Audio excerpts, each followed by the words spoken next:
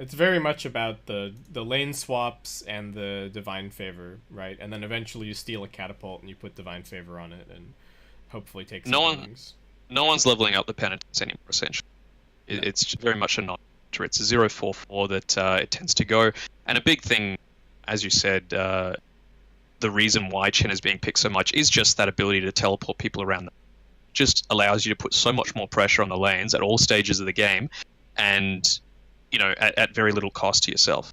I think the trick is that they have to make sure that they use that well here. Like, it's one thing in theory to say, oh, you've got these lane swaps and you can drag your other support around the map, or move your carries from lane to lane and give them advantageous matchups that way. But if you don't actually do that, then the hero doesn't end up really meaning anything. Like, he's fairly inconsequential to a static laning stage. So you really have to create this super dynamic laning setup. Yeah, of course. And with how they've drafted as well, it's kind of the opposite of last game. Warriors Gaming have much stronger tower taking now, obviously with the Mass Serpent wards, with the healing ward on the Juggernaut, and the chain creeps that can come through, on top of the Morphling as well. Whereas it's really, obviously the main tower clicker is the Lifestealer on Fnatic, and not too much else. So yeah, we'll have to see how it turns out for him. So is this now, do you think this is a DJ bat? Is that the plan? Seconds remaining. I like position 4 Batrider, personally. I would prefer to see the bat 4 Pango 3 than the other way around, or any other consideration. Oh, Meepo banned. Alright, don't want to get Meepo'd. I mean, I guess it's a way to kind of deal with the Omni Slash, right? Meepo, and of course it is an Abed special. Yep. Was that... I think I saw you playing a pub earlier. Was that the position 4 Batrider that you were trying out there? Yeah, that was position 4 Bat. But that was the easiest position 4 Batrider game. Oh, that was like the easiest any position Batrider game in the world. It was Warlock Ursa safe lane, and then they had Mars mid and Monkey King in the off lane. So every single one of their cores is just miserable against Batrider. Yeah. So a little bit different from this situation. The Batrider is quite good against their two supports. Shadow Shaman and Chen don't really have a whole lot to say. Especially Shadow Shaman. He's really miserable as Shadow Shaman when you get like 1 or 2 sticky stacks on you. There's just nothing that you can do. Absolutely. This Legion Commander, one thing that can't be discounted is definitely the heal that comes from this, if you combine it together with the Divine Favor on Chen. Yeah, for sure. They have so much sustain as well. And save now. They've got Chen heal and save. They've got the Legion Commander heal, healing ward. I mean, scary. It's got to sound like a broken record, but they could pick the AA. It's a TA. You may now select your heroes. See, TA to me is one of these heroes where I feel like she has gotten to the point where, like, TA is often a good pick in theory, and you like look at the matchups and you look at the heroes, and you're like, oh yeah, this is a good TA game, and I think it's an okay TA game, but I think TA is a bad hero. I just think TA at the moment, with the ancient changes and just the way that the pace of game and a lot of the carries that are being picked, and then adding on top of that the armor changes, she just never quite seems to have the impact that I'm expecting. Item timings are a little bit slower, and her mid-game window feels like it's been shortened by a lot.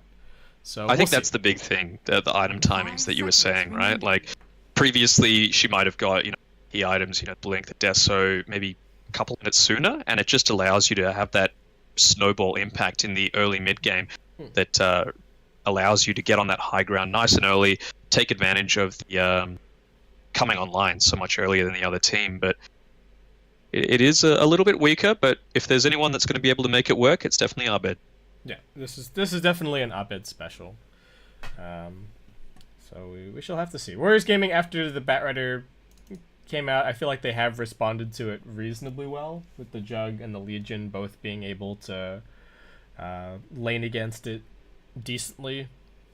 And the Legion Dispel might even be enough to make DJ consider going for like the move speed build on Batrider this like move speed and auras instead of trying to go for the blink and whatnot this game, which is I think just a little bit of a weaker build overall if you're getting forced into that. So, Yeah, absolutely. to see. Interested in seeing, and I'm sure you are as well, about how DJ plays this pos for Batrider. Take note, everyone in chat, because we might see it run rampant in our pubs in not too long. Yeah.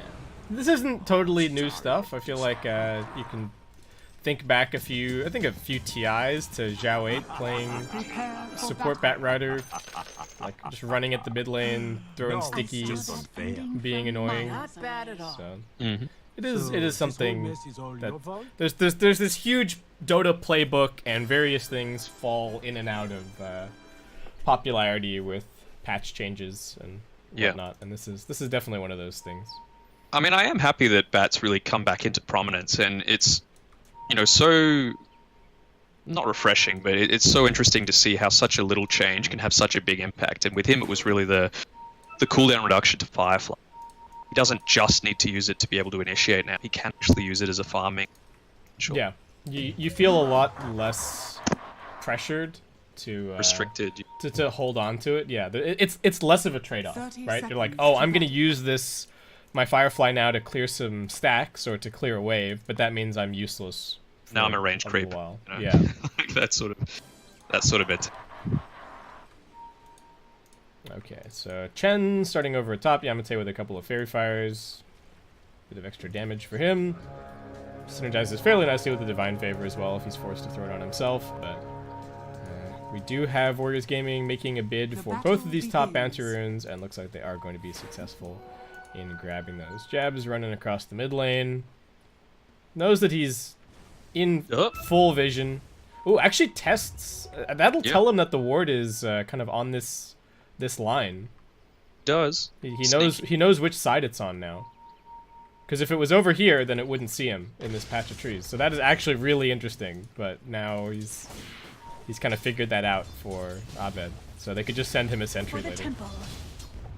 Nice way to increase his farm and a little bit of experience too. Clever. Oh, just gonna get this range creep.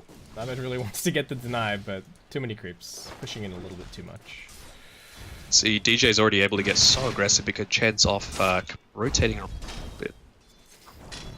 Scouting out for that any sort of ward to block his camp. There. But DJ might go and body block it. Yeah. I think it's worth See it. that? If he gets the Harpy, it's just so backbreaking.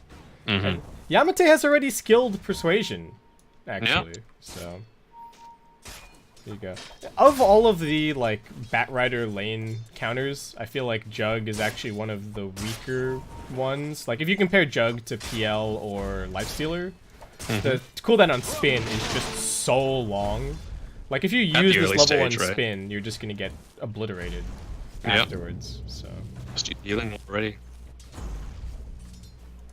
Just delays his farm so much, and you know, all of the healing that's being done by this healing warden has to be careful that it gets sniped out. Oh, I got the mud golem. Alright, DJ can take some damage, but yeah. and the healing ward's so bad now. It's so slow. 350 move speed.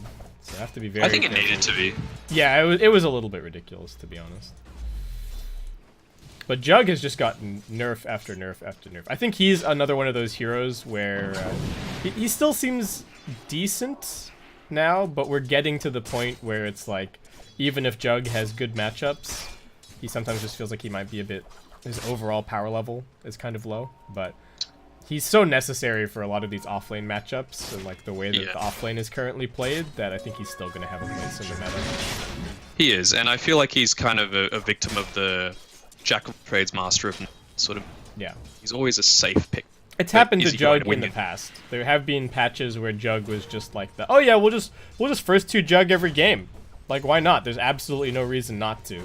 And then eventually he has to get nerfed down to the point where he's not just first phaseable every single time. Now, how do you feel like later on? I really feel like Chuan is going to be able to have a lot of impact if he's able to into this TA and steal the refraction. Yeah, I think this is looking like a pretty good Morphling game. Or this might be a slightly better Morphling game than the previous one. So, oh, Yamate, a little bit of danger. DJ still stacking him up. So Yamate having to sit right underneath the tower. But lane's going quite well for Fnatic. Lifestealer's getting a little bit of pressure, but he's still got 18 CS. Mid lane is once again, we're seeing... I don't know how much of this is matchups and how much of this is just the kind of player that Abed is, but he seems to be winning these 1v1s against Qian pretty effectively. Oh, and he just sideblade spills him for the first blood. Oh, boy. I mean, you can't discount the first 10k in the world, right? Like, he's always going to have a really good matchup, particularly on one of his more favored. Yeah.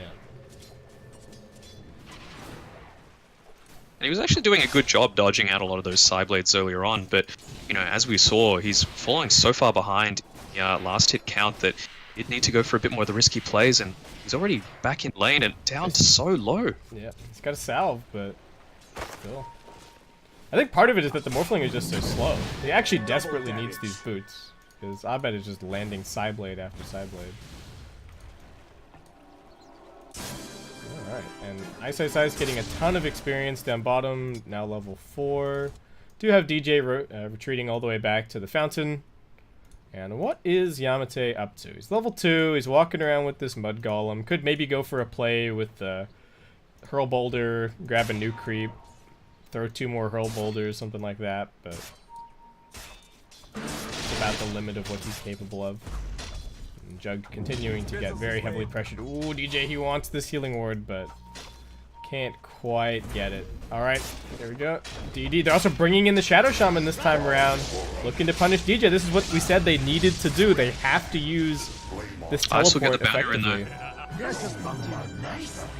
I think the bounty rune is actually much more worthwhile than, you know, a single kill, particularly if you have to rotate the Shadow Shaman down for it. This gives a lot more space on this top side of the map. We can see that in terms of the levels, Lifesteal is nearly level 5, and he's doing alright, but...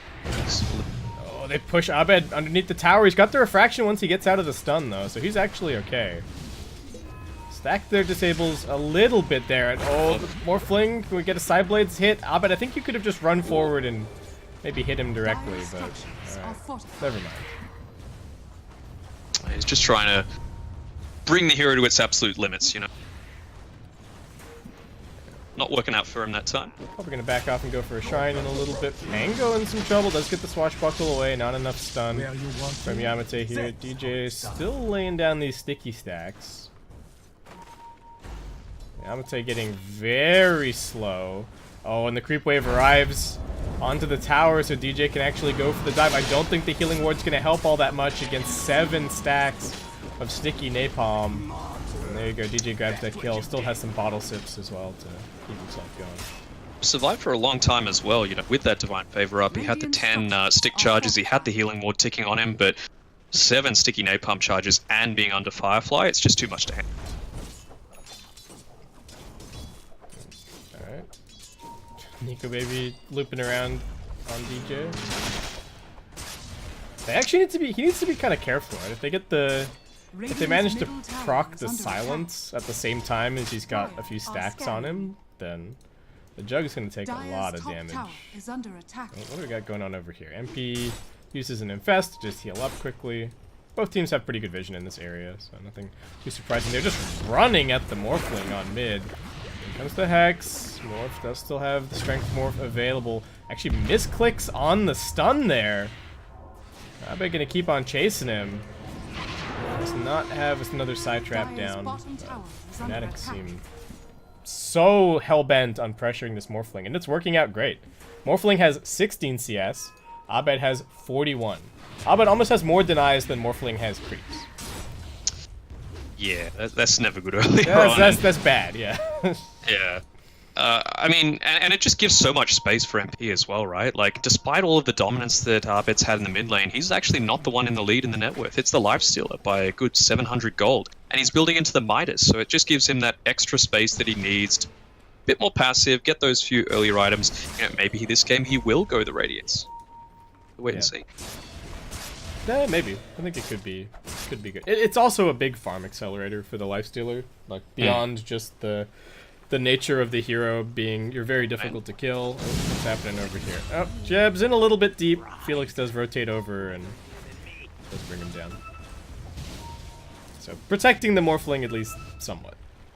Protecting the Morphling, but all the while the tier 1 tower does go down to about half health, and you know how quickly a TA can quickly burst down a tower. We're still yet to use the duel on MP in the top lane. Obviously wouldn't able to kill on his own, but maybe a rotation could change things up for them. Oh, this is scary. We've already got an arcane rune on this Bat Rider. Yeah. Need to be wary of that. DJ might just... Is he just gonna nuke down the wave here? Mm-hmm. He's thinking about it. Yeah, there you go. It's Now, only the way I've seen... 24-second Firefly. The way I've seen the Bat Riders build, and it does vary from position 3 to position 4, actually mid lane. He's dead. Yeah. I think he's dead. Oh, looking for a little bit of a turnaround here. He's got the shackle as well. They don't interrupt that. Swashbuckle now coming out. The spin from Nico as he's chasing. Does have the Omni Slash available. IceIceIce heading over to these creeps. Still hoping that it would redirect a little bit earlier. No, it got him. Oh, the neutral keep killed him. Oh, there you go. How? That did not look like a neutral keep was killing him. I didn't think so either. Alright. I thought it was the second bounce of the Omni Slash, but... Me too. Alright. Huh. Well, that was pretty sweet. He forced the jug rotation and denied himself to neutrals. He's exactly level 6 as well anyway, so it's exactly the same death timer. Yeah. Oof. I was not expecting. Alright. With the Bat Rider, you know, as I said, 3-4, it does vary a little bit. The way I've seen people build it up is, you know, maybe go 2 points in the Firefly just because it is such a big DPS increase from level 1 to level 2. Triples, it's crazy. Yeah, but then actually maxing out the Flame Break after that, just to increase your damage in that way. That might be a bit more of a position 3 build, opposed to a position 4, just because I feel like it's a lot more utility that DJ wants to go. This position for Bat Rider. Yeah, I think he's just going to end up getting less levels this game, so he's not going to really get as much scaling out of the Flame Break. Also, if he doesn't get a bunch of items, it's a pretty hefty mana investment to be using the Flame Break a lot. Yeah. We've got a lot of pressure going onto this bot lane. Be able to try and get a duel off here on Ohio, but they've got the double siege creeps. Dire's bottom tower DJ's kind of stealing the wave.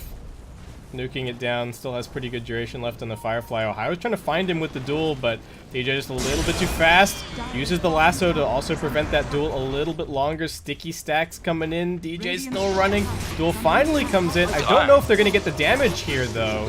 And Nico maybe actually going for the TP out. He doesn't continue chasing. So they're not going to get it. They do both TP their way out, but that push is completely thwarted by Fnatic. That's just so much space created by DJ, right? Like, yeah. They fully committed 3 heroes onto that lane 2 for a cores. solid. Yeah. 2 siege creeps down. And give him a ton of farm as well. Like, look at him. DJ, position 4. 4th in net worth. Yep. That's not that uncommon. But, yeah. True. Yeah. He's almost got a But it's blink. still ridiculous. Yeah, so he's just going for fast blink this game. He is going to give these Warrior Gaming supports such a hard time. Like, anytime he finds the Shadow Shaman or the Chant, I think he pretty much just solo kills them. Dire's top tower is under Master Serpentwood's getting dropped at top, but DJ's already in here, stealing the wave, dragging it back. So it's going to make this a little bit more difficult. They're also going to pop the glyph. Trying to tank it to keep the wards alive. Over at mid lane, Morph tanking up with the strength morph. Nico Baby trying to come in here as well. Help out a little bit. He's got the spin and the Omni Slash available. Spin getting forced out, but it doesn't do any damage. And Fnatic able to just keep on running forward. 2-man stun from Jabs. Sizing up the Finger of Death. Not going to end up going for it. Big stun on the Pangolier. Who gets the last hit? It will be Abed. As he continues chasing forward. Shoves them back. It will end up being a 1-for-1 tower trade across the map. Ooh, I mean, game 1 was looking a lot closer at this point, and you know this is just seeing such domination. Oh no! Jabs. Xion, too greedy for the farm, and now Abed just runs in there as well, finds a second kill. I think domination is the right way to phrase this. This is more of what I was expecting to see from this series. All right, Ohio gonna try for the TP out here. DJ gives him the flicker of hope. IceIceIce is dropping his javelin on the ground. They were BMing Ohio a little bit in all chat at the beginning of the first game, or there were some pizza party jokes and stuff being thrown around, and IceIceIce is keeping that going. And it's like they've actually picked more of an aggressive draft where you want to be having a much stronger time in the early game, but it's been the exact opposite. It's been Fnatic that's won the early game stage. Maybe that was the result of a few dives coming from Fnatic when it shouldn't have happened in game 1, but game 2 they're a lot more measured. Jabs is having a really high impact to DJ, as we were saying, just creating so much space, having a ton of farm, and just look at this poor Morphling's net worth. You know, it's less than half of TA's. Yeah, he's having a miserable time. And another thing for me is that I don't know what this Chen is for. Like, I was so... I was, like, I didn't understand it all when I saw all of those bans for the Chen at Dream League. Because, to me, this hero just feels so weak now. Unless you use it perfectly. Personally, I was a fan of old Chen, you know, getting your level 5 creeps at level 1, running around, ganking. And the new Chen just doesn't... It just doesn't seem to have an impact to me. Like the one time we saw him use the Holy Persuasion, we didn't even think it was good, right? Because they killed DJ and then they lost both of the bounty runes. Yeah. So. And they didn't even, they're not really using it to its full potential. Like, as we were saying before, the real purpose of it is, you know, yes, it's good to be able to have that additional sustain in lane, and yes, it's good to be able to take down a tower with an additional siege creep, but it's the teleportation around the map that really makes it useful. We say that top lane engagement's happening. Oh, they didn't even get the morph strength off. Chion just goes down instantly. Double kill for MP Ohio trying to help out, but he's also going to be brought down. Doesn't even try to run. Fnatic just going to put him in the ground. Maybe you need to pick heroes that can abuse their mana pools a little bit more. Like, you have Skywrath and he spams a bunch of spells and then he TPs home and then Chen TPs him back. Or something. Like, maybe that's the direction that this hero needs to go in, but I'm still yet to see very many games where I'm impressed by the new Chen. Yeah, or maybe something like, I don't know, a Beastmaster, where you are able to actually put a lot of pressure onto the lanes and just, you know, harass out with your boars, for example. Quick rotations like that can take down an objective, but with a Legion, you know, early on, before you get those first couple of key items, you don't really do much of anything. With that, Fnatic taking out the Roche. We've got the Deso Blink Aegis combination on the TA. This is one of TA's strongest power spikes, I would say, in the entire game.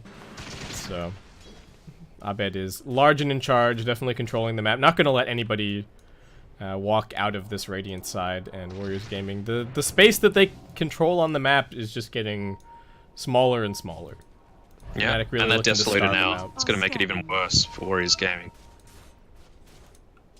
And meanwhile, we've got Lifestealer, once again, not going to be going for the Radiance build. MP just picking up an Armlet and now going in for a Basher.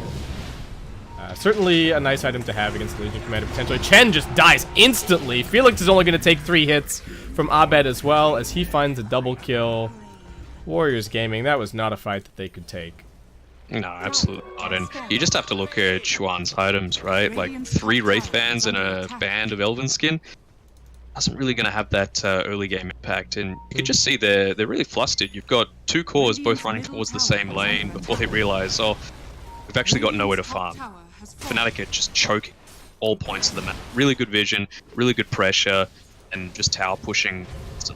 They don't have a clear play to make. Like, the Jug desperately wants to go and use an Omni Slash, the Legion desperately wants to go and use a duel, but they just can't set anything up. Even with the Aether Lens on the Shaman. Yeah. They're just losing this tier 3. Abed's just plinking away at it. Radiant's top tower is IceIceIce here to back him up. Ready to protect if needed. And 2-pronged attack from Fnatic. Mid lane getting pushed in a little bit. When you're able to just walk like this, this path outside of the base, that to me is a huge sign, especially with this tier 2 up, of the position that Warriors Gaming are in. Like, if they can't even control this part of the map, they are in a truly desperate situation. Yeah, absolutely. They've only taken the same number of towers that they had in the early game of game 1, Has fallen. and it just feels like they haven't had a game. Like, look, Yamate's got a wand, or a stick rather, and that's it. That is kind of to deal with a Bat Rider, but what's it progressed into? Nothing. His net worth is 500. And when you're comparing that against what they've got on the side of Fnatic, it's just such a different story. They've built up a drums onto... Alright, they're looking for DJ at bottom. Do they actually have the damage to kill him? They're investing a lot of ultis. Looks like they might just be able to bring it down. DJ looking for some bottle sips, trying to get into the trees. It's only barely enough, but seeing 2 heroes at bottom, Fnatic just going to take this as their opportunity to walk on up onto the high ground. Melee barracks already taking some damage. IceIceIce threatening. They do manage to get everybody back and into position. Nico Baby thinking that the spin is going to help keep him alive. He's only half right. That physical damage doing a lot of work against him. They're running in now. Legion Commander with the Blade Mail active. They don't care about it at all with the open wounds. Jumping into the backlines. They look towards the Shadow Shaman. MP's running towards him. Quick kill. IceIceIce now getting the silence and some stuns over onto the Juggernaut. Doesn't even get the Omni Slash off, and This is a G. Yeah, I mean, it's always a bad sign when your net worth lead is approaching the same number of minutes that there are in the game, particularly pre-20 minutes, right? yeah, And when it's even harder to find farm. yeah, absolutely. But that was clinical. That was, as you said, what we were expecting from this Fnatic lineup. Such a dominant force on the world stage, and they advance forward to the winners playoff match, where they're potentially playing again. So it's either Boom or Neon Esports. And spoilers for anybody who wanted to watch that series, Boom are currently leading 1-0. So Boom looked really strong lately, actually. they recently took out Indonesian championships yesterday, I believe, and really dominant fashion. So we'll see if they can continue that on the more global stage. Yeah. So that game game 2 for that series has only just started. So we will have a fairly sizable break. How do I get back to where was that? There we go. Any other thoughts on the series, Dan? I feel like there isn't really a whole lot to talk about for game number 2. The Morphling pick, Warriors Gaming seem confident in it, but I feel like it got exposed a little bit in that second game that you can beat it in lane, and then it just never really seems to come online. Yeah, maybe just trying to bring something new to this tournament. It does go against what they had picked in the past. It wasn't even in their top 10 of what they had picked previously. They'd previously gone a lot more invested into the Lich, the Tusk, the Tiny, but not even seeing them being banned out by Fnatic, and obviously not picked by them either. So we're just trying to expand out their pool a little bit. And I think they could take a lot of confidence in the fact that they were so close to beating out Fnatic in that game 1 that, there are elements of their strategy that do work. So it's just about refining them and really coming back through the losers match that they will be playing. Yep. Leave? Is that today still, or is that... Yeah, that's also today. I think, so all of the groups will be finished by the end of today, so it's a pretty long one, actually. Mm-hmm. And then, but we're only doing 2 rounds. One of the other streams will be doing the losers match and the decider match, and then it's 2 days for the 2 days of the playoffs. So, yeah, they still have an opportunity, but they're gonna have to go back to the drawing board, probably go and scout their opponent for the next round. I think they just need to make sure that they just need to get a little bit more out of the laning stage, and that was kind of the problem in this second game. It felt like Fnatic just won all 3 lanes and then kind of rolled over the game from there. And it's such a huge discrepancy to have one team first phasing their mid hero and then Fnatic like saving the last pick to the very end of the draft for mid. In those circumstances, I don't think you're really expecting the Morphling to win his matchup, but the way that he lost his lane in both game 1 and game 2 was pretty ridiculous. And if it wasn't for all those track kills and stuff in game 1, I feel like he also wouldn't have really come back into the game. But we're going to head to a fairly long break. Any more thoughts? Sorry. No. I think that about sums it up. You're just leaving yourself so vulnerable to any sort of counter pick by picking that early on, particularly with something off that does have such a array of counters. But Fnatic exploiting that and taking out the 2-0 victory. All right, guys, thank you for watching. We're going to head to a bit of a long break, and hopefully you'll join us back here for the winners match here for the MDL Disneyland Paris Major SEA qualifiers.